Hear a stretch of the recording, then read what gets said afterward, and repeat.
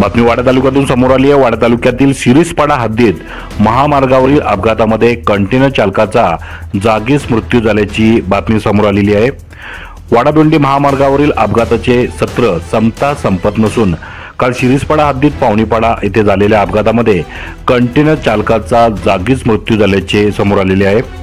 मिळालेल्या माहितीनुसार वाडा तालुक्यातील सिरीसपाडा हद्दीत पावणीपाडा येथील गती रोधकाजवळ कंटेनर चालकाने अचानक ब्रेक दाबल्याने कंटेनरवर बांधून ठेवलेला स्टेनलेस स्टीलचा रोल ड्रायव्हर कॅबिनवर येऊन पडल्याने कॅबिन पूर्णपणे दाबली गेली।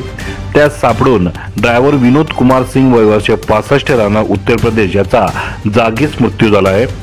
ही घटना सोमवार दिनांक 24 रोजी सकाळच्या सुमारास घडली आहे। दरम्यान वाडा-दोंडी महामार्गाचे काम गेल्या काही महिनाभरापासून सुरू असून एकेरी वाहतूक सुरू आहे।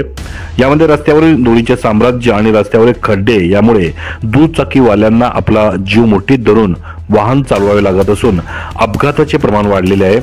एकंदरीत सुरू असलेल्या महामार्गाचे काम लवकरात लवकर पूर्ण करावे अशी मागणी नागरिकांकडून होते।